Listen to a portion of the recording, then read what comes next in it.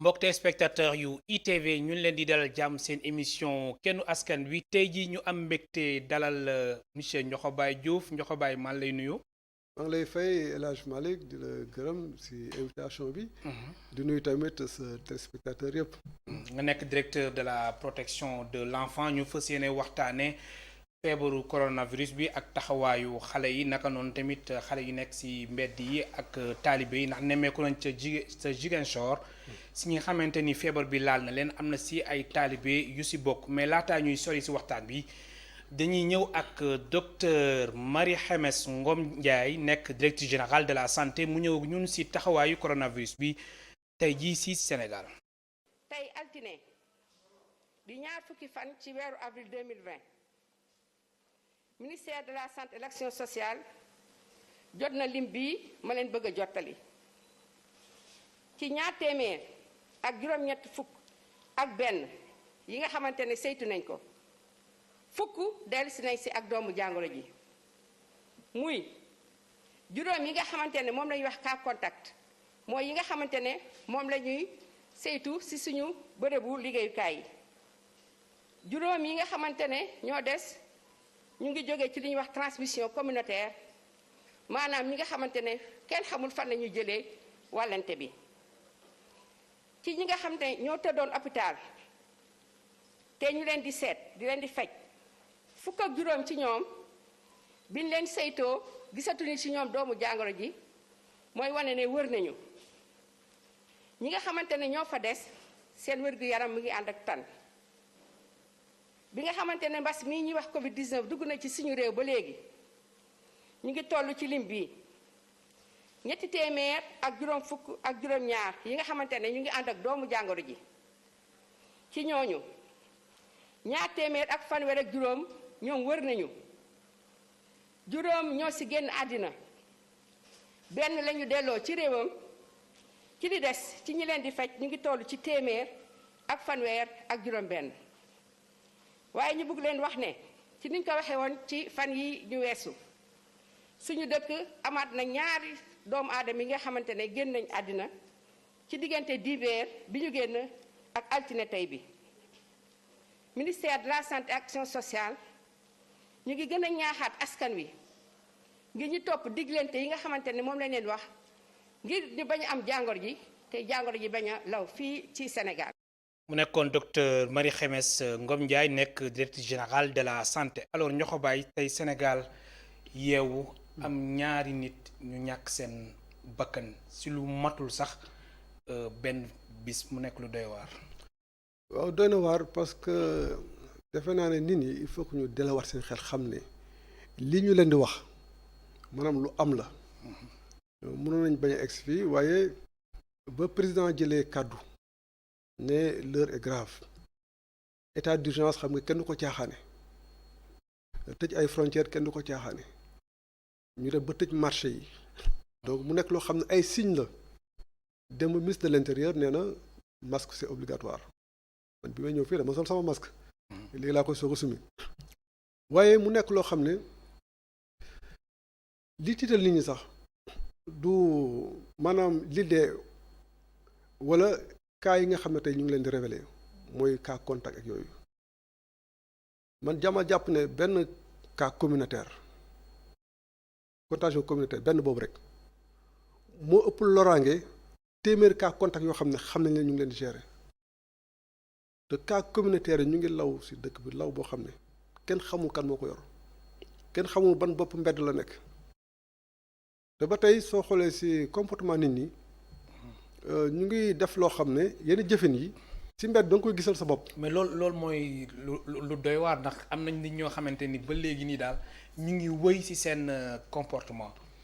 voilà parce que c'est l'occasion aussi pour nga ñu féliciter parce que ministère de la santé quand même liggéey bi ñuy def lu jar a rafetlu la ñu ngi xar seen tànk tubéy di communiquer ba tey ñun suñu bopp dem nañ ci ay daara taxaw ak ay taalibe di leen laaj lan mooy corona ñu koy expliquer ñoom.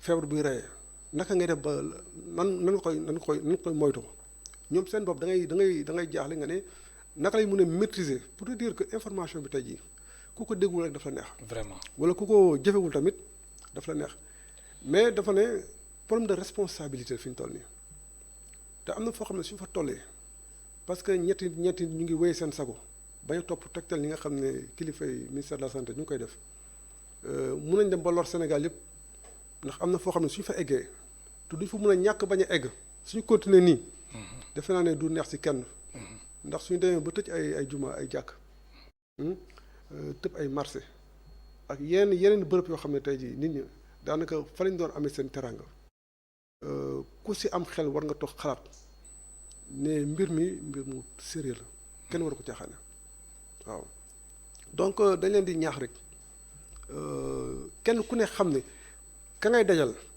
mun na nekk ki ko yor te dañuy jàpp ne ki nga gis nii mu nekk en bonne santé dara jot ko sëqatu deful dara nit mun na bañ a sëqat sax te yor ko nit mun na bañ a am yaram bu tàng sax te yor ko am na ñoo xam ne ay cas asymptomatique lañu maanaam duñ ko développé ki nga bokkal sax ki nga bokkal mu nekk sa soxna wala sa rakk wala sa mag wala sa yaay wala sa tante mun noo ko am nga toog moom te doo ko xam donc ni ko docteur bi doon wax ce matin ci rajo bi dañu war a ñaaw njot kenn ku ne da nga war a ñaaw njot sa morom ñaaw njot sa bopp tamit parce que yow miy dox sa xamul ndax mu ngi ci yow d'abord na nga aar sa bopp waaye na nga aar ki nga xam ne tey yaa ngi jàkkaarloo ak moom mbir mi daal njiitu réew du waxantu su ne l'heure est grave effectivement nañ jàpp ne ku wér la ko teg te suñ tënk woon ci kàddum yooyu rek def naa duñu egsi fii waaye nag kenn ku ne na nga nekk sa sàmm morom bu ñu nee diw jox nañu ay tegtal defu ko rek c'est son problème non non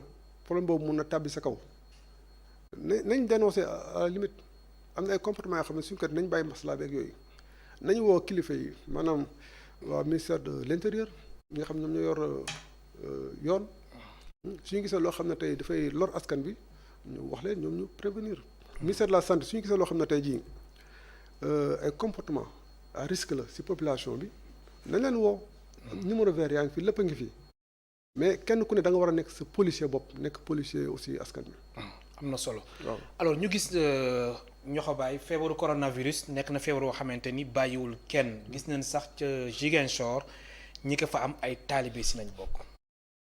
waaw information boobu ñun bi ñu ko amee daanaka dañoo xawoon jaaxle parce que saa yu ñu xëyee madame la ministre Ndeye Saly Diop Dieng la muy njëkk a laajte mooy situation xale yi taalibe yi nekk ci mbedd beeg yooyu est-ce que eggugul foofu parce que ci tàmbali bi aussi woon na fédération Serigne Daara yi mu ne bala ñuy wax ay affaire lekk wala balay feebar bi di law na leen jox ay jumtuwaay yoo xam ne tey day gàttanu feebar bi ci biir daara yi mooy gel yi eau de javel savon mu jox leen ko ba pare parce que bala ngay xalaat sax loolu déjà mooy li jiitu njëkkante ak feebar bi ci biir te loolu am na def na ko ba pare si Sénégal gi yëpp fédération la ko jox ñoom ñu séddale seeni membres ñëpp amuñu parce que xam nga daanu dajul suuf waaye xam nga loolu day wane rek yëg-yëg bi mu am ci li nga xam ne tey mu ngi law te war mun a egg ci daara yi ñu nekk ak ñoo xam ne tey dañoo néew doole ba mu jógee foofu tamit def na déclaration wax ak njaboot yi ñi nga xam ne mooy jigéen ñi ay moromam ay yaay yi yor kër yi waaye tamit wax ak borom kër yi nga xam ne tey jii ñoom ñoo njaboote xale yooyu nga xam ne xëy na mënuñu aar seen bopp waaye waajur yi mun na leen teg ci cadre boo xam ne tey mun na leen aar bu baax a baax ba mu defee loolu tamit mu ngi dox maanaam ay identifié na ay kuréel yoo xam ne lu mel ni ay centre yi nga xam ne dañoo nekk ci dëkk bi région de Dakar lu toll ci junni ak juróomi téeméer tey place yoo xam ne ay xale mun nañ fa nekk. te loolu mat na ba pare. mat na identifié nga ñaata matelas ñoo fa nekk. 1500 matelas 1500 lits. kit d'hygiène yi lépp sotti na jël na ci budget lu toll ci. ay gel ak yëpp am na fa. lépp am na fa wàllu masque nag. même yëre yi nga xam ne xale yi dañ koy sol. yëre yi xale yi war a sol suñu ñëwee ñu sàng leen lekk ba ñu war a lekk seen brosse à dents seen serviette ak seen lépp yooyu mat na parce que xam nga mbiruma corona bi. dafa fekk mu nekkoon ci benn liggéey boo xam ne président moo ko santoon moom ak yeneen naataangoo ministre am yi ministre de la justice ministre de la santé ministre de l'intérieur muy comité interministériel boobu waxoon naa ko fii. ñu waroon tàmbali génne xale yi ci mbedd bi depuis deuxième mi-mars bi. justement foofu la laa doon bëgg ñëw mais seetlu wi mooy xale yi ñu ngi ci mbedd mi ba léegi ñu ko bàyyi. waaw maa ngi ñëw. parce que même affaire talibé yooyu nga wax. ña des Ziguinchor du ñu ay talibé parce que man woo naa préfet bi département bi moom mooy kilifa gi.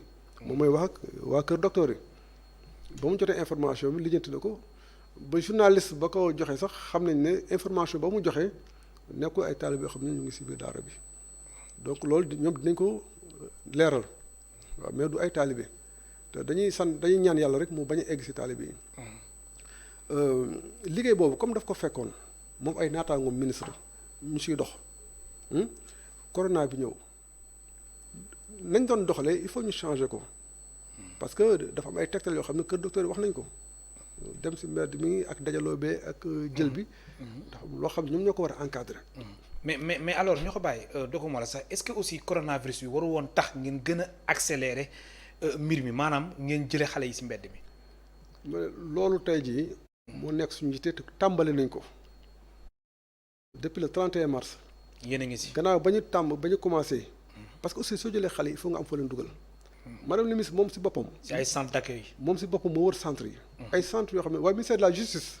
jox nañu 1200 lits ak ay matelas tout équipé mooy centre de sauvegarde de Guédiawaye centre de sauvegarde Camp Pikine Camp Médina centre de réinsertion bu Thiaroye it centre polyvalent bi ak centre de réinsertion bi nekk Nianing centre Guinée mu ngi fi yeneen centre yi nga xam ne les sites COSAER comme ay Amphi des enfants tey jii centre bu si nekk am nga ay xale yu fa nekk tàmbali nañ retiré xale yi depuis le 31 mars ab ay daara yoo xam ne delloowaat nañ leen lu fukki daal ak juróom delloo nañ leen seen dëkk tey jii si bisu tey bi junni ak ñaar téeméer ak fanweer ak juróom-ñaari xale génne nañ leen ci mbedd bi.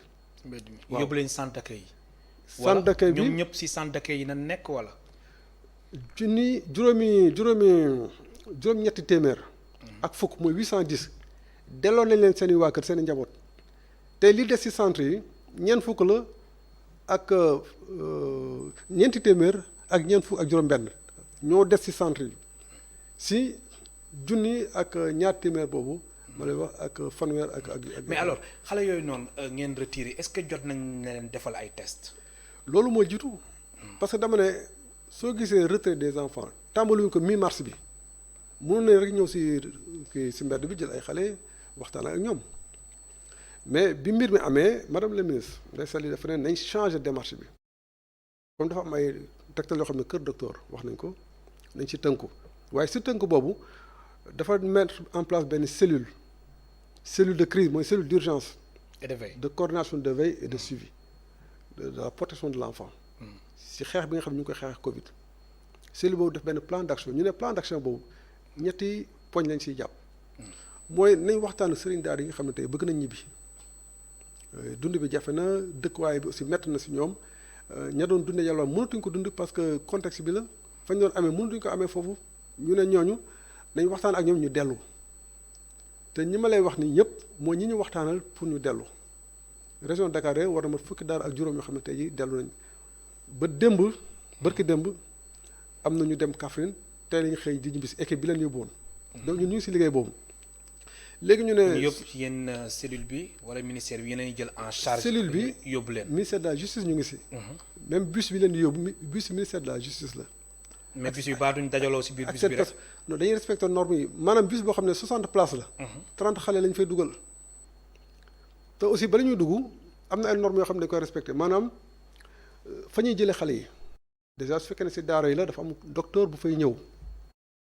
def la mu war def si ñoom ñu soog a dugg si kaar bi suñ duggee si kaar ba ñuy egg tamit dañ leen di passer visite am ñoo xam dañ leen def prélèvement waaye duñ leen yóbbu directement seen dëkk dañ leen fay bàyyi pendant 14 jours durée de confinement bi su 14 jours jeexee nag leen leen soog a dugal si bis yóbbu leen seen waajur si anam yu sell yoo xam ne suñu eggee daf ñuy wóor ne ñoom yóbbaale wuñ jàngoro waaye suñu eggee foofu tamit préfet département bi nga xam ne tey jii moo leen di gàttandu parce que préfet yi ñoom ñooy liggéey yooyu si seen comité départemental de protection de l'enfant préfet bu nekk soo ñëwee district médical ba nekk foofu lay woo mu teeru xale yi suñu xamee ne xale yi lenn nekkul si ñoon ndax na ko seen morom yi naataangay Dakar waxee mu ne leen bàyyi suñu si amee benn njott rek fa lañ leen di téyewaat yeneen 14 jours waaye ñu leen di yóbbu seen i kër donc liggéey bi soo xoolee ni ñu koy organiser nga xam ne mënul gaaw mais diggante 31 mars ak léegi lu mat junni ak ñaar téeméer xale ak lu topp nga génne ko tey jii li nga xam ne ñoo des ci centre bi di nekk ñeenti téeméer te ñeenti téeméer yooyu commencé nañ leen di programme pour jël leen tey jii rek normalement ñu ngi defar seen autorisation pour ñu génn à partir de demain tey la ñu waroon dem. alors est-ce que semaine bi aussi am nga yoo leen ciblé wala yenn quartier yoo xamante ni ciblé ngeen pour retirer xale yi. samedi bi passé. ñu ngi yendu Mamel. Mamel Almadi côté Brioche Dorée bi yooyu. fi ñu toll nii identifier nañ ay points yoo xam ne daanaka mooy yi nga gën a visible foofu ay xale yoo xam ne si ay daara lañ jógee di yelwaan ñooñu soxlu sax ñuy dem si daara ba parce que ñaari façon liggéey la dafa am liggéey boo xam ne mooy ñetti poñ yi ma doon expliquer gannaaw ba ñu waxtaan ak sëriñ daara yi nga xam ne bëgg nañ dem ñu gunge leen toppatoo leen jox leen yóbbal ñu dem am na beneen catégorie xale yi mooy ñi nga xam ne dañoo nekk ay fàqman lañu bu ñu mën nekk si mbedd bi si corniche bi si géej gi plage yi foofu la ñuy fanaan si grotte yi ñooñu dem nañ ba identifier leen ñoom ñoo ñëwal seen bopp pour ñu làq leen si centre yi nga xam ne déjà pare nañ ko waa kii ville de Dakar jox nañu lu mat fukki centre ak benn ay centre socioculturel yoo xam ne madame le maire Wardini ak équipe am ñoo ko mettre à notre disposition équipé ko def si li si war pour xale bu ñu parce que tey jii jël ay xale waratuñu bett biir Ndakaaru maanaam xale bu ñu jël rek am nañ fu ñu ko dugal rawatina centre gi nga xam ne tey madame la ministre Ndeye Saly def na fi li nga xam ne war na si wàllu xeetu kër docteur si wàllu lekk si wàllu dund ak cër yoo xam ne xale yi dañ koy soxlaa donc fi ñu toll ñu ngi si liggéey boo xam ne daanaka ñun dañuy coordonner au niveau national cellule boobu nga xam ne daf ko mettre en place soo gisee diggante bi affaire bi amee ba 31 mars tàmbali wu woon parce que aussi ay xale soo ni jël il faut nga xam si yan anam nga leen di identifier moom ay outils de collecte yoo xam ne waa AEMO yi ñuy liggéey pour que ëllëg xale bu ñu jëlee si mbedd bi nañ mën a xam si yan anam lañ leen fi jëlee ñaata diir nga toog fii bañ la yóbbu ak naka lañ la yóbboo ak kan lañ la jox ndax say waajur la wala kii pour ëllëg ñu mën a def ay suivi boo xam ne daanaka si daara yi comme xale yooyu nekk seen njaboot dina mën a am benn programme de réinsertion. alors ci wàllum suivi boobu xale yi xamante ne nekkoon si daara yi ngeen yóbbu leen am ñeen ñoo xam ne dañuy yóbbu seen njaboot. coronavirus bi su jàllee. nan ngeen fas yéene taxawee ak ñoom.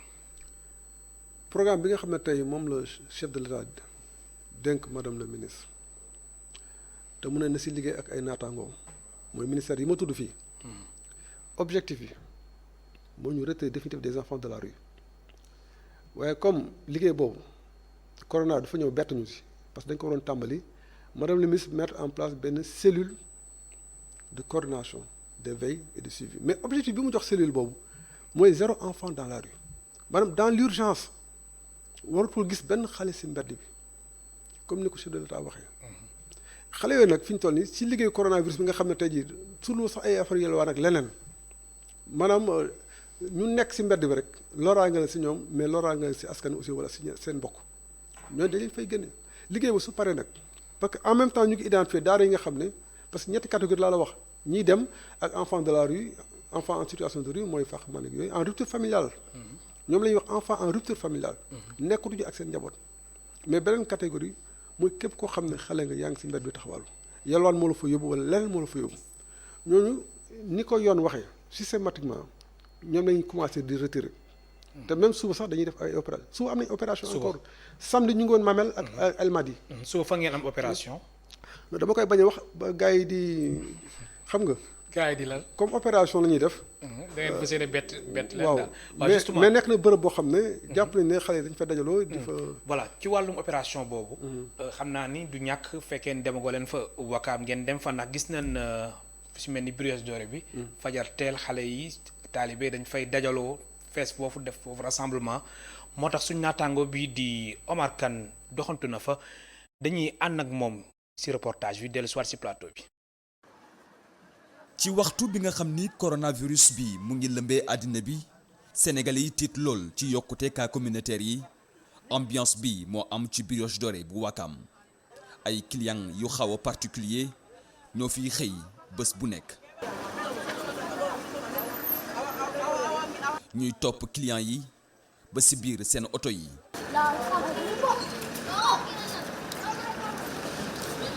ay clients yu tiit lool ci li ni mel.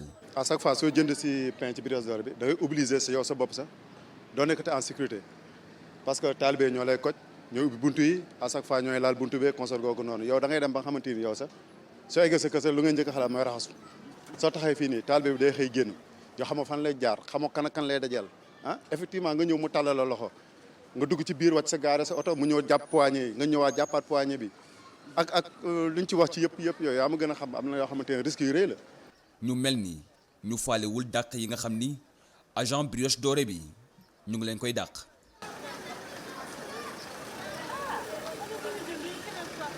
ay agent yoo xam ni dafa mel ni mbir mi daf leen ëpp doole.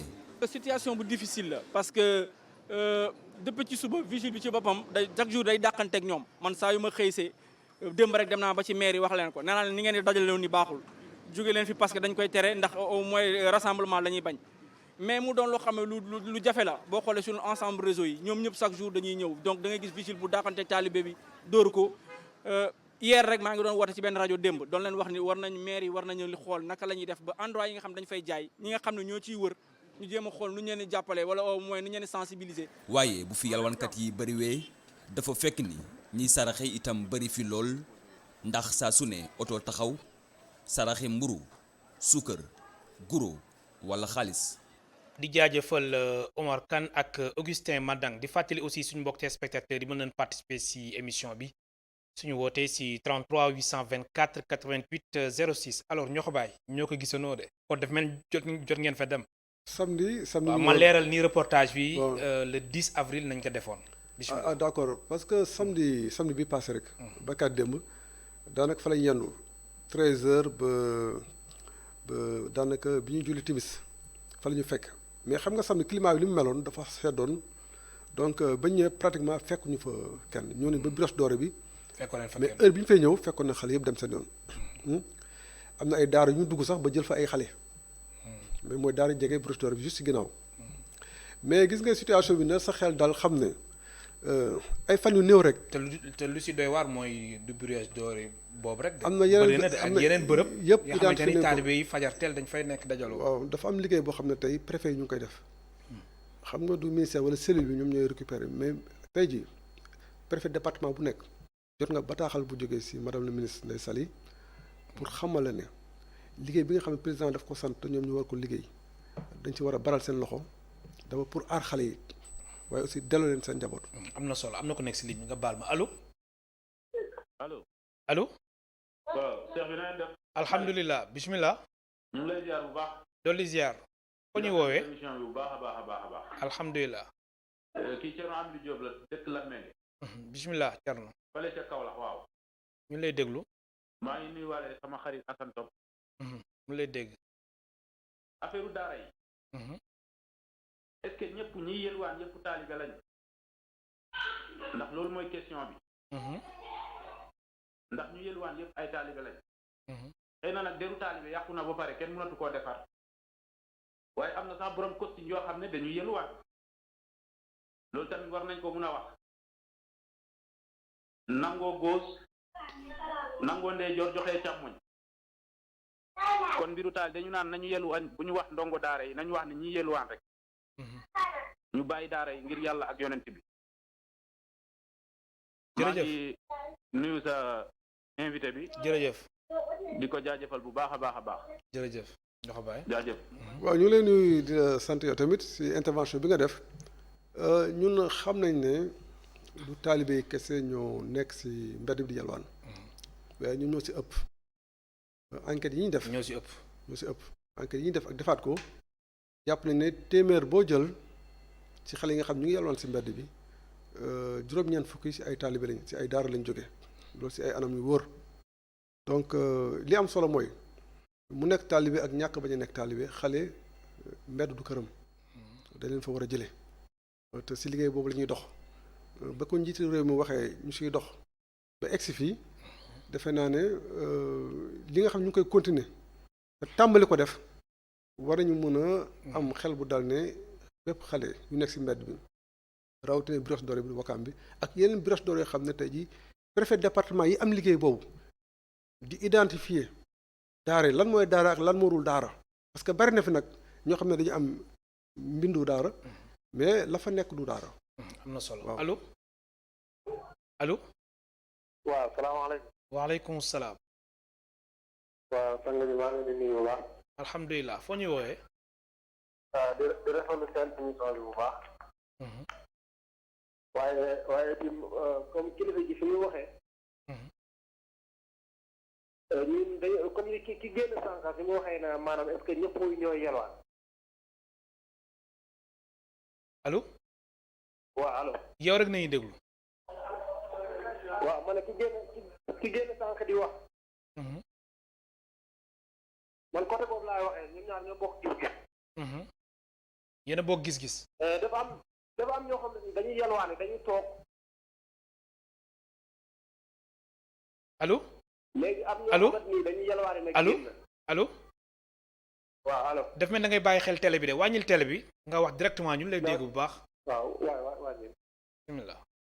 waaw ki génn sànq comme li mu wax foofu laa mën a jugee parce que taal bi war nañoo mën a def solution boo xam ne danañ ko def lu mooy ñi leen génnee di leen yóbbu man daaxuruma foofu parce que li ngay génnee di leen yóbbu ba suñu àgg dana mat ay 200 000 wala 150 000 wala 100 000 léegi nguur gi état xaalis bi boo xoolee ci ginnaaw xaalis bi muy jël maanaam di ko tasaare daara bu nekk tey bu ko yóbboon lu mat 2 tonnes ceeb wala 1 tonne rek jox leen 500 000 dana si mën a dundoo lu mat 2 mois wala 3 mois ñu tëj taal bi ci daara bi mais mënoo wax ne taal bi di nga koy toogloo ba pare te yow joxoo ko lu mu lekk léegi après nga jàpp taal bi ne di leen filmer xamoo ña yalwaane ndax ñoom ay taal bi lañ wala xamoo luñ doon loolu beneen erreur la boo xamante nii parce que taal bi nekk fii ci biir dëkk yëpp ay doomi Macky Sall moo leen yilif amul kenn koo xamante ni ci liggéey bi ngay liggéey yalwaanoo ci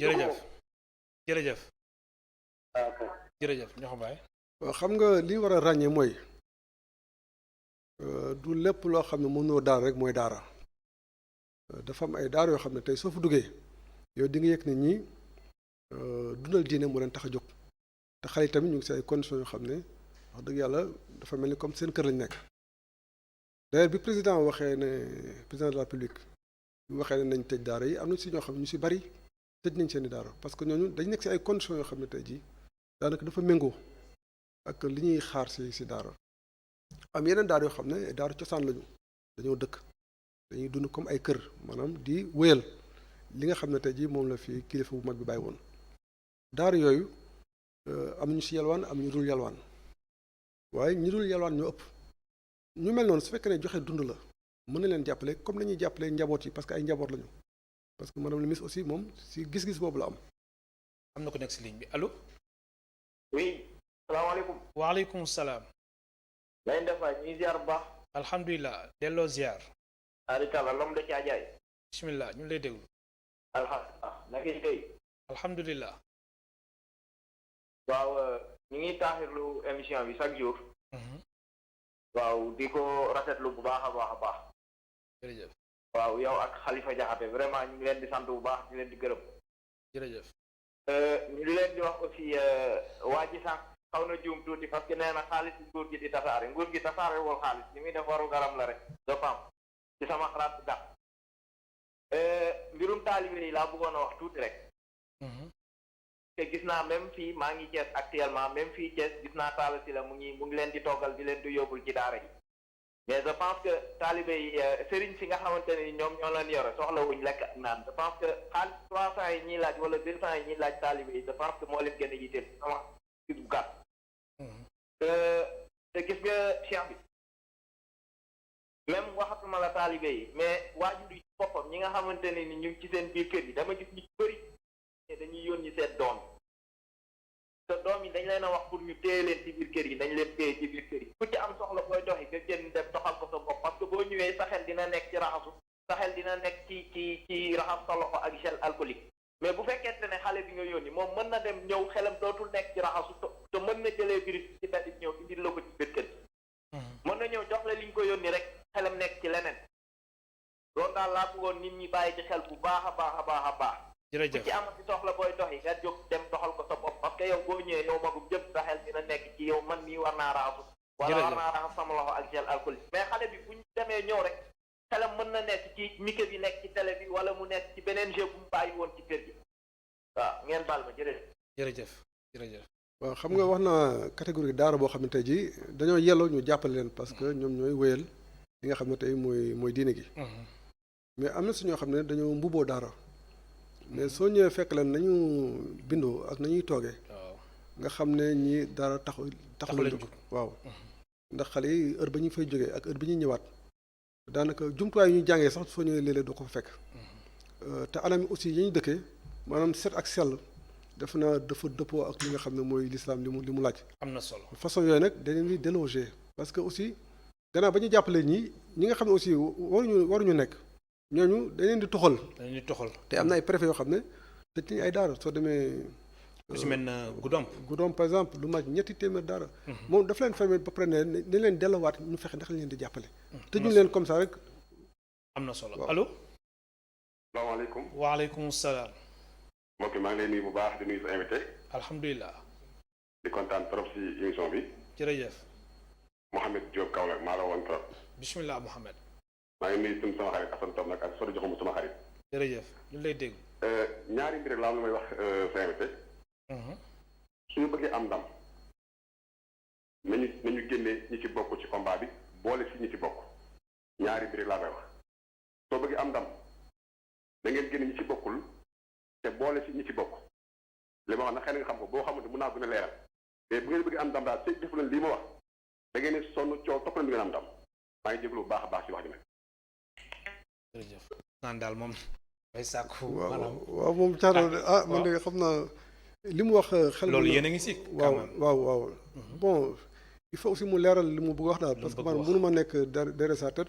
bien sûr man mun naa ko interpréter neneen keneen interpréter ko neneen. bien sûr waaw baaxoon na tamit mu wax li mu bëgg a wax foofu. waaw mu wax lan la mais ñun dañu jàpp ne. liggéey bi nga xam ne ñu ngi koy liggéey te madame la ministre jiite ko mu ànd ak yeneen naataangoom ñoom ñëpp ñu ànd lëkkaloo si. muy waa gouvernement bi comité interministériel. boole nañ ci tey jii fédération association d'école coranique du Sénégal boole nañ ci cellule Zawiya Tidiania boole nañ ci association internationale pour le soufisme donc këru mag yaa ngoogu ak ñeneen ñoo xam ne tey jii. ñëpp daal intégré nga leen société civile ak association organisation yoo xam ne tey jii ñoom dañoo ubbi seeni bërëb di fa teeru ay xale donc ñun dañu jàpp ne ñi war a boole nañ waaye seulement nag du liggéey bu nekk nga mën a boole ñëpp waaye dañuy xool ñi nga xam ne gën nañ fës wala mën nañu yóbbaale ñeneen ñi nga ànd ak ñoom liggéey si boobu. parce que bërëb bi moo koy laaj. am na solo allo allo. allo salaamaaleykum. waaleykum salaam. bëggoon participer rek. bisimilah foo ñu woowee. maa ngi woon ci Dakar. bisimilah. waaw bon xam nga question daar yi dafa doon loo xam ne dafa sensible. ba tax na. nit ki bu ciy wax saa dina jéem a xaw a hésité tuuti balaa ñu koy dal ñu naan ay dafay xeex lislaam am ak li ci jëm fekk du loolu. man je me dis que présentement ni daara yi fi ñu toll nii daara yu bëri dañoo confiné ak seen taalibe yi. parce que muy collectivité locale yi muy administration territoriale bi ñoom ñëpp ñoo ngi def ay ndimbal di ko yóbbu ci daara yi. donc ça veut dire que bu ñu gisee xale yi traîner ci mbedd yi man je me dis que jógewul ci daara yi. xëy na nag ay des personnes mal intentionnées mbubboo daara ñëw di yelwaanlu ay xale yi ba pare ñu koy accuser daara te ku ci wax ñu ne ay xeex islam bon loolu laa ci am lu may participer. jërëjëf maa ngi jégalu ok merci. jërëjëf. dëgg nañ li mu wax xam nga su fekkee ne da nga nekk ak askan kenn ku ne ak sa gis-gis ak na ngay xoolee. waaw waaye xel mënul njort ne xëy na gouvernement mun na jóg pour xeex benn catégorie population. te gouvernement bi sax muy si modernisation daara yi. muy si baax baax même sax am na benn budget bu état wu Sénégal dégagé. waaw ngir jàppale leen. voilà def naa ñoom kenn ëppalewu leen si. te li ñuy jublu tamit si yéene bi gouvernement am si jëmale daara yi kanam def naa gouvernement Sénégal mosu ko am bu ñu jotee indépendance ba léegi mais ni ko sëñ bi waxee ak ñeneen ñi si topp am na ñoo xam ne dañoo mbubboo daara ñu mel noonu nag soo waxul si ñoom. day mel ni yaa ngi lawal mbir mi mais soo waxee si moom ñi nga xam ne xëy na information eggul ba ñu jàpp ne ñi ngay waxal du ñu ay daara mun nañu interpréter ne waa daara ngay jàkkaarlool. leer na waaw fekk nañu mbindoo. ñu bindoo la du ñu ay daara suñu la waxee li ne si biir da ngay yéem parce que daanaka commerce la. commerce nañ business bu ngand tey jii mën nga gis benn bâtiment boo xam ne ñaari étage la lu mat ñaar fukki daara ak benn nekk si ñaari étage yooyu soo duggee néeg bu nekk ñu def fa ñaar fukki xale ah saa ñu xëyee dañuy génnandoo di wutandoo di ñëwandoo. te ku nekk ak lu ñu lay exiger daal kam moom néeg boobu daara boobu. nekku fi mu nga dëkk ba dafa recruter kenn mu toogal fa. après ko da ngay envoyé xaalis mu ñëw di ko fay par mois loolu ñu ngi koy gis mais ñu ngi siy dox dinañ si ko liggéey incha allah. te yooyu yëpp yéen a ngi si bàyyi xel recensé leen bu baax. waaw naa si ñëw léegi allo. salaamaaleykum. waaleykum salaam. waaw maa ngi jégalu Mouhamed Diop Kaolack moo ñëwaat pour ma leeral sama wax ji ma wax sànq rek. Mohamed. pour ma bëggoon wax pour mu gën a leer mooy que ne. comme que mbirum daara la ñuy wax te mbirum diine la. non dañu ni daara yi ak allo Mohamed. Mohamed est-ce que yaa ngi déglu. dañu ni xale yi nekk si mbedd mi ak taalibe yi. mais waxuñu daara rek. waaw xam naa ko waa dégg naa maa ñi si mbedd mi. man dama yéen ñi am ndam loolu laa bëgg. moo tax ma la il faut balaa ñu am ndam il faut ñu xoolaat doxalin bi man dama jàpp ne sama gis-gis mooy xeex boobu dañ ko waroon a jox ñi nga xam ne ñu xam la si daara ñu xàmmee waxuma buñ ci boole. mais Mohamed allo Mohamed ñoo ko bàyyi expliqué ni que ni ñoom seen kuréel googu ay daara yu bëri ñu ngi si. waaw man jël nañ sax même ay membre de la société civile. waaw kan moo ko jiite kan moo ko jiite. waaw kan moo ko jiite. kon yow daal maanaam ki nga jiite daal problème bi pour yow foofu la nekk. man li ma xam mooy waxuma ñoom bu ñu ci bokk de. mais ki ko jiite na nekk taalibe daara bu ñu xam bu ko bëree ñeneen ñi jàppale ko ci. mais mënoo ko wax ne mbirum daara la ñuy wax foofu keneen ko xam ne bokk ci daara nga mu jiite ko. waxuma du am ndam de mais du gaaw parce que message bi kee war a keneen ki war a jàll ba mu jàll ci daara yi bokkul ak ki nga xam ne càmmoñ lay bindee war mën ko mën a wax. tey bu doon mbirum France est-ce que waa daara dañ ko jiite. mais Mohamed tey bu doon mbirum France éco France est-ce que waa daara dañ ko jiite ah. Mohamed. allo waaw maa ngi dégg. est-ce que yaakaaroo aussi même ku nekk si daara yi su ko jiitewul ñi fa nekk aussi suñu waxtaanee ak suñ ko xelalee tamit mbir mi dana jëm ci kanam. d'accord naa mais sëriñ bi message bi ki may wax ne message bi mën a jàllale bokkul ak ci jàmbaar la mu ngi liggéey mu ngi xeex xam naa ko bu baax dama koy remercier di ko encourager mais dama ne am na ko xam ne message moo gën a yomb jàll ni moom mii moom nag mu ne see bokk nag mais jiite gi dafa am keneen ko waroon jiite pour message bi gën a mën a jàll gën a mën a ji parce que tey fekkoon nitu daara la ñu xam ci kër diine yi wala keneen tey boo toogee di wax rek kenn ji ma ko taxaw naa da ngay xeex daara parce que moom ci daara la juddoo fa la yaroo fa la màggee fa la jàngee yor ay daara mais tey kii lu mu wax dañaa ko da ngay xeex daara parce que dañaa ko yoo xamul daara yi jàngoo fi nangam nga moom mën na cee bokk mais jiite gi laa wax il faut ñu xool kenn ko jiite koo xam ne ñu xam si daara yi lay bokk. jërëjëf Mohamed foofu lay waxee maa ngi koy encouragé di ko gërëm nag jàmbaar la mais pour mu am dam yomb de parce que lu ma wax dinaa ko da ngay xeex daara yi te man xam naa ne xeexul daara yi mais problème mooy message bi mu jàllale dafa am ñu ko gëm dañu naan ko yow bokkoo ci daara waroo ñu mën a jiite wala waruñu na mën a maanaam ngeen baal su may waxee xam naa ne xëy na ngeen comprendre ko maa ngi ci jéego bu baax nag jërëjëf Mohamed jox bàyyi waaw mooy si waat na de waaw xam nga keroog sëñ Abo Mbacké doomu sëñ Mountakha bi ñu organisé benn forum ci hôtel bi nekk ci la place waa association internationale pour servir le soufisme ñoom ñoo ko invité woon après cërale ko ministre de l'éducation ak ministre Ndeye Saly Diop Dieng mais doomu sëñ bi mu ñëwee mooy xalif général ba mu jàkkale ak ba muy jël kàddu dafa ne sëñ daara yi administration ba ngeen xamoon mu nekk fi di jàmbarloo ak diine ak lislaam bokkul ak administration bi fi nekk mu ne administration bi fi nekk ay taalibe lañ comme yéen ay jullit lañ comme yéen daal am na ñoo xam ne xëy na tey fa ñu egg sax si alxuraan ak lañ njàng xëy na mun a tolloo ak yéen mbaa mu wees ko mbaa mu yées ko donc jàppale ne seeni njaboot ak seeni mbokk tey administration Sénégal nekkul administration française administration tubaab kenn ku ne maanaam nitu daara xam-xam su ko mayee mun na jiite ministère bu nekk ministère de la santé justice bu ñu am complexe boobu nit koo xam ne aussi dafa jàng nasaraan donte jàng na mbirum daara sax waaye du ko wane kooku tey jii suñ ko joxee li nga xam ne dafa nekk ci mbirum daara na mu koy liggéey parce que benn nit kese mënul liggéey àdduna bi tey amul lenn loo xam ne ministère mu ngi koy liggéey ak naataangoom yeneen ministère yi nga xam ne tey dañoo bokk liggéey bi te ànduñu ci ak fédération yi ak kuréel yi nga xam ne tey jii mooy ñi ma la tudd. te ñoo ñànk lislaam. am na solo allo. allo bisimilah. salaamaaleykum. waaleykum salaam. maa ngi ziar bu wér. alhamdulilah delloo ziar. maa ngi leen si jàmm baax. alhamdulilah foo ñu woowee. Touba Pape Lay. bisimilah. wàññi télé bi waaw xaaral wàññi télé. bisimilah. yéen a ngi si jàmm baax. alhamdulilah. ñu ngi rafetlu émission bi bu wér. allo. yow rek nañu déglu lu lay dégg bu baax a baax. waaw di wax ne ma bëgg a joxe sama xalaat. di wax ne man sama xalaat dama jàpp ne li ñuy ñëw di jël taalibe yi di leen delloo di fañ dëkk loolu suñ ko jëloon jox ko borom daara ji wala jox dimbalee ko daara ji xañ naa ne loolu mën na bañ a am li ngay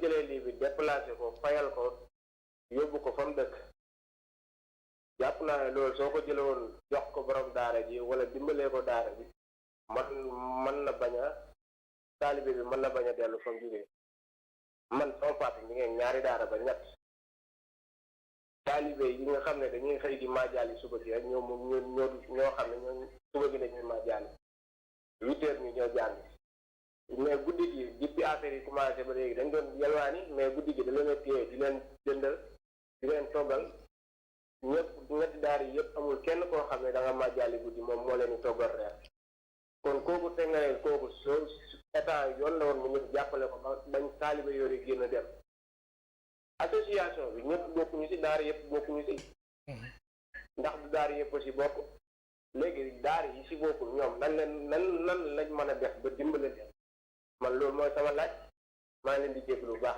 jërëjëf bismillah. waaw xam nga mooy li ma wax sànq rek. nit ñi il faut ñuy déglu.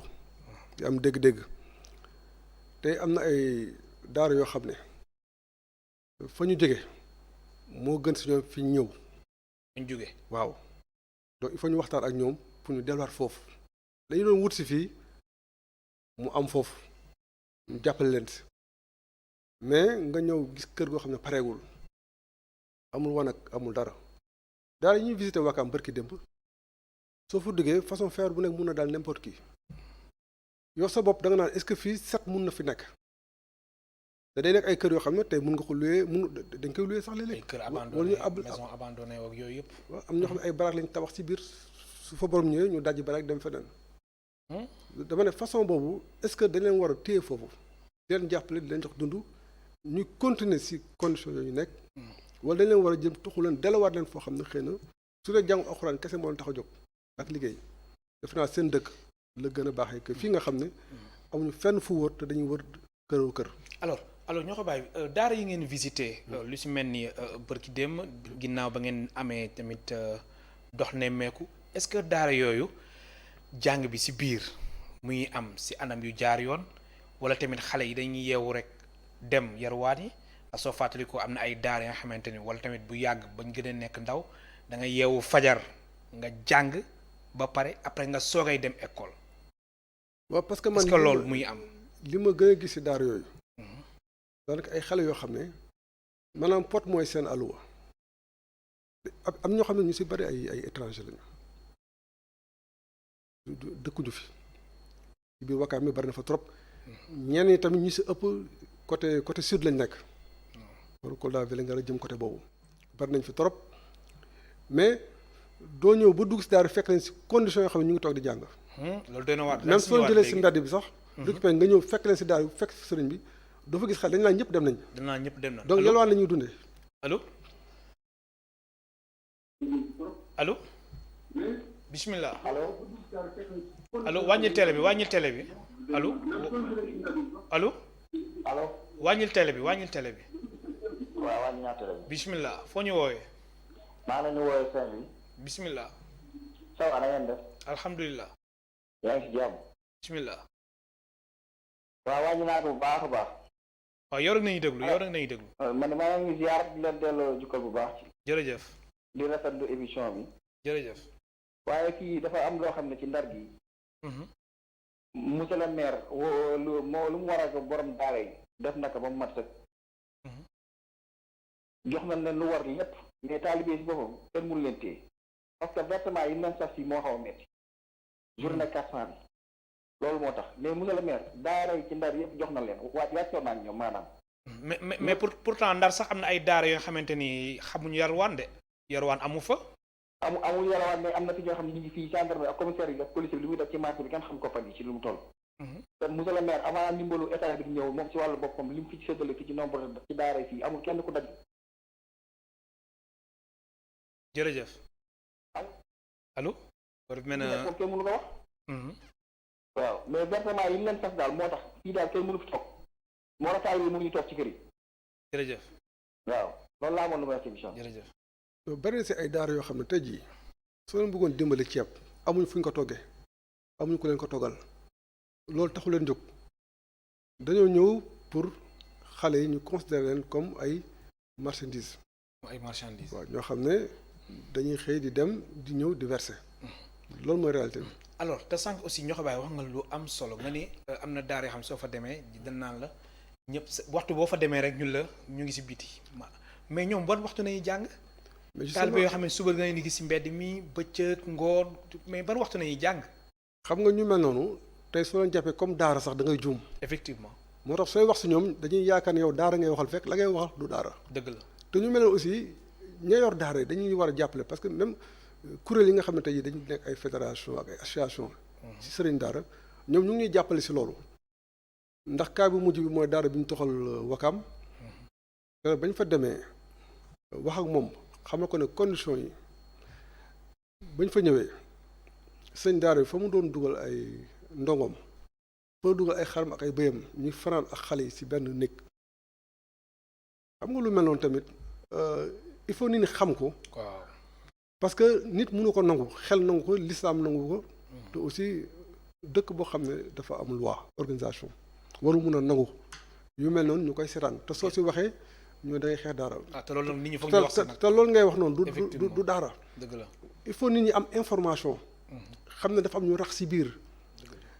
tey xale boo xam ne saa yu xëy nga dajale ñeent fukk.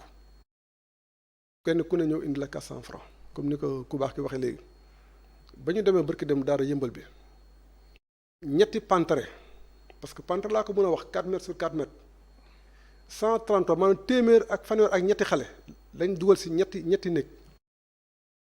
ba ñu ñëwee ak si jamono jii nii. moom jamono coronavirus bi semaine passée ka moom daara bi alxames xaw ma àjjuma ka moom daara bi si boppam nee na dafa delluwaat Guinée parce que day recruter yeneen xale dafay jëli yeneen xale pour indi leen.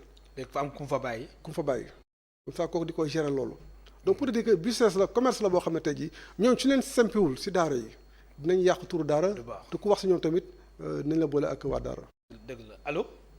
allo salaamaaleykum. waaleykum salaam bisimilah. yaa bi ñu ngi ziar bu baax. alhamdulilah delloo ziar foo ñu woowee. ñu ngi leen di woowee gën gëneew. bisimilah. ñu lay déglu. waaw di bëggoon a participer ci émission bi. yaa ngi en direct. waaw di wax ne fii ñoo ko bàyyi terminé daanile sànq la ñuy def accentuer suñu intervention. muy kan mooy sëriñ daara ak ñan ñooy donga daara. parce que tey jii dama yaakaar ne dans un état organisé ñuy bàyyi yenn yi muy jàll nit dañuy wax prison yi mais daara yi ñoo raw prison yi parce que boo mënee jël lu ma téeméeri xale luyal leen benn pantre di leen ci dugal loolu moo war a tax ay conditions de détention ci prison te responsabilité yi dafa partagé état am na ci ñuy jël seen njaboot di ko yóbbu am nañ ci d'abord parce que bu doon koñ bañ koy samp ñoom ñoo koy njëkk a xeex kon état du ci jot ndaxte dafa am leen loo xam ne si dañu bàyyi bayal bi xoolal coronavirus bi nii xale bu amagul 14 ans dawul dépasse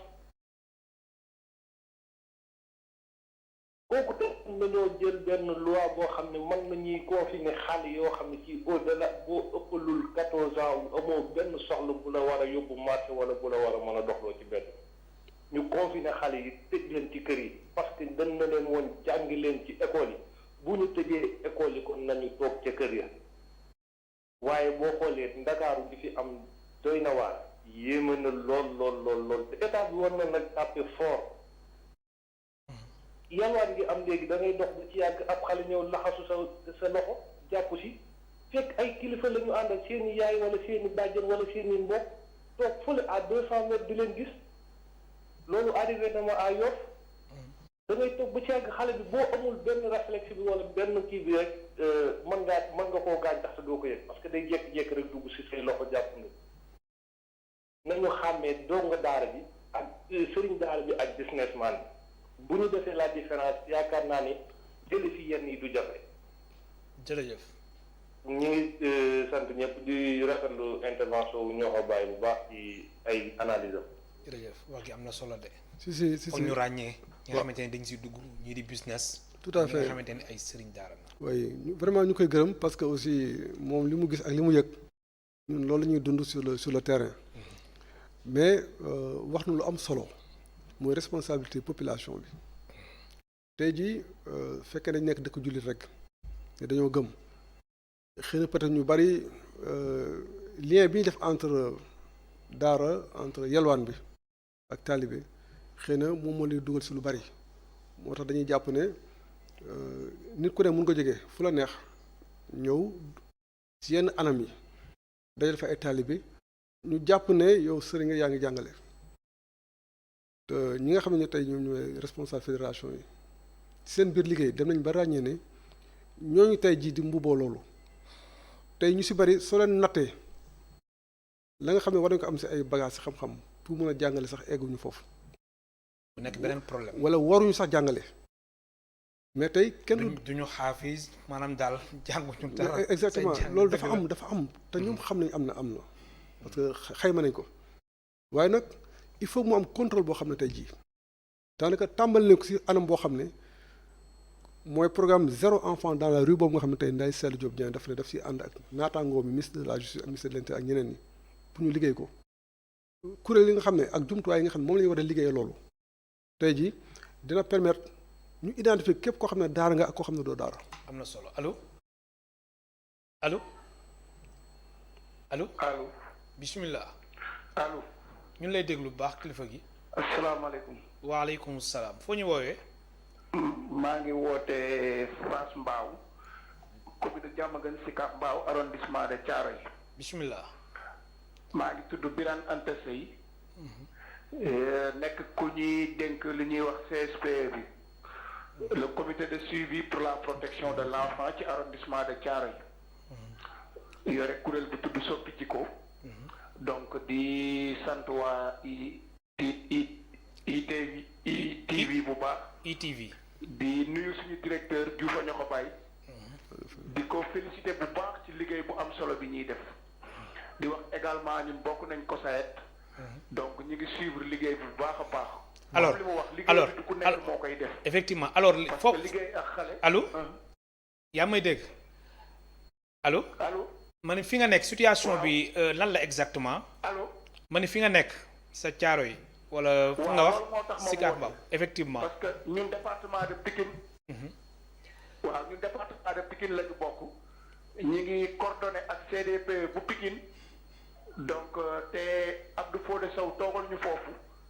mais madame Dia bu service développement communautaire moom mooy ëpp di jëflante ak ñun parce que moom mooy superviser arrondissement bu Thiaroye. donc ñun fii wax dëgg yàlla commencé woon nañ liggéey bu am solo. boo jëlee commune Diamaguène Sicap Mbao commune Thiaroye-sur-Mer commune Thiaroye Gare commune Tivaouane Diacksao ak commune Mbao àndoon nañ ci liggéey ak le président du FRAMEC de la FRAMEC la fédération des maîtres coraniques te Oustaz Keba Gaye jiite ko.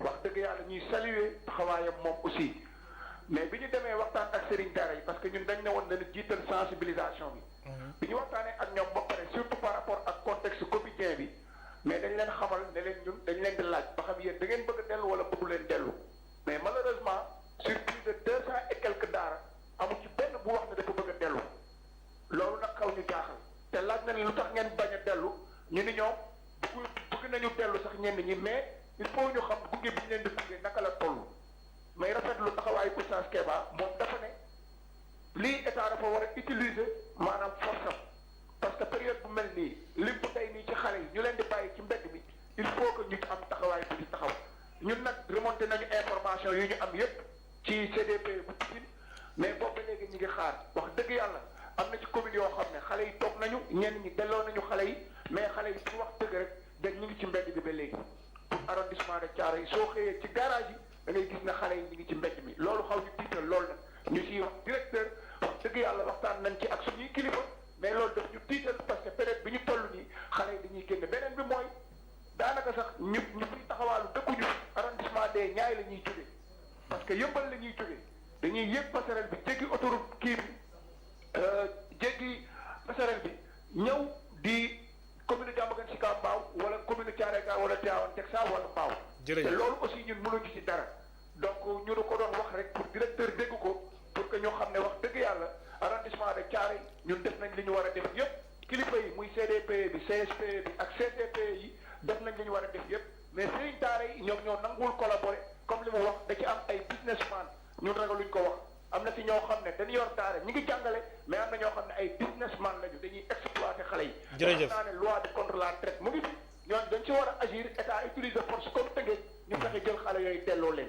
jërëjëf loolu lañ doon participer rek ci débat bi di sant directeur di ko gërëm bu baax a baax di wax dëgg yàlla ñi ngi rafetlu liggéey bi di ko wax nañu santal ministre bi aussi.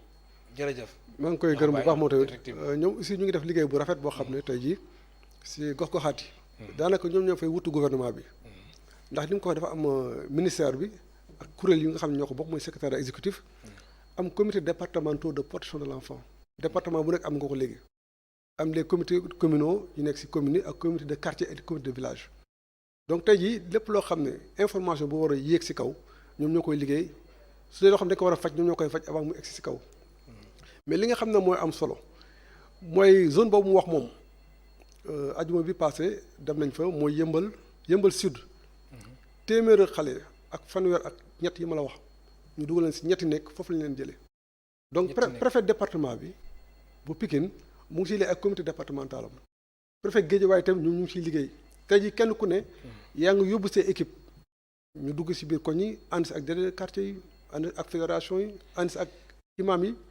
pour ñu ràññee daara yi nga xam ne tey jii allah kulli il faut que ñoom ñu génne leen fa parce que anam ya ñu nekkee comme ba ñu fekkoon yëmbal anam yooyu il faut ñu jóge fa. te seen opération yi day wéy si semaine bi suba incha allah ngeen koy tàmbaliwaat.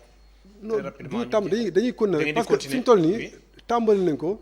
te dañuy dem ba xale yi yëpp parce que madame le ministre Ndeye Saly dafa ne moom plan d'urgence la ñu wax. lutte contre le Covid protection des enfants il faut que benn xale dootul nekk si mbedd parce que mbedd du seen kër. su loolu weesoo nag ñi ñu war a delloo seen kër ñi nga xam ne dañoo war a jàppale ñu nekk seen i daara ak xale yi nga xam ne tamit tey peut-être nekkuñu si daara nekkuñu si kër ñoo ñëpp programme boobu suñ ko lijjantee ñi si des mooy xale yi nekk si mbedd bi amul kenn koo xam ne tey jii dina fa des te jëluñu la ba pare yoon mooy doxal li nga xam ne tey moo war ba nga egg sa njaboot te kenn ku la delloo si mbedd bi tamit su ko defee yoon ngay am ak affaire. mais alors très rapidement ñoo ko bàyyi pour terminer comme cas bi nga joxe sànq muy yëmbal. est-ce que aussi ay daan yëmbal sud waaw yëmbal sud. ba ngeen ñëwee fekk fa situation boobu da ngeen jël xale yi rek après sëriñ daara bi noonu leen def ak moom. non xam nga fi ñu toll nii préfet si boppam dafa am procédure boo xam ne dañ koy topp soo ñëwee si urgence nga xam ne xale yi waroon leen bàyyi ñu fanaan da leen jël yóbbu leen si mais après. dafa am enquête boo xam ne avant ñu fa jógee def nañ ko sax tey sëñ daara bi lépp loo xam ne dafa aaju si identifier ko. oui enquête de moralité aussi. lépp def nañ ko.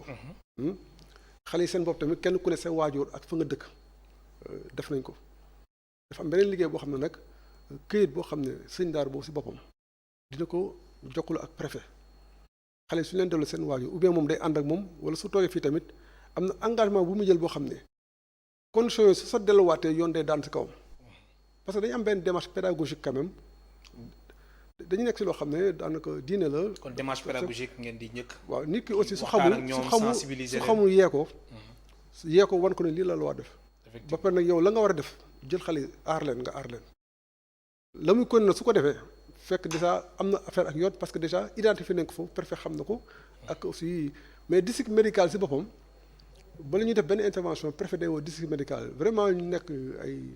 agent yoo xam ne leen di gërëm bu baax a baax parce que ñoom suñu jiitu woon si liggéey bi dara du am.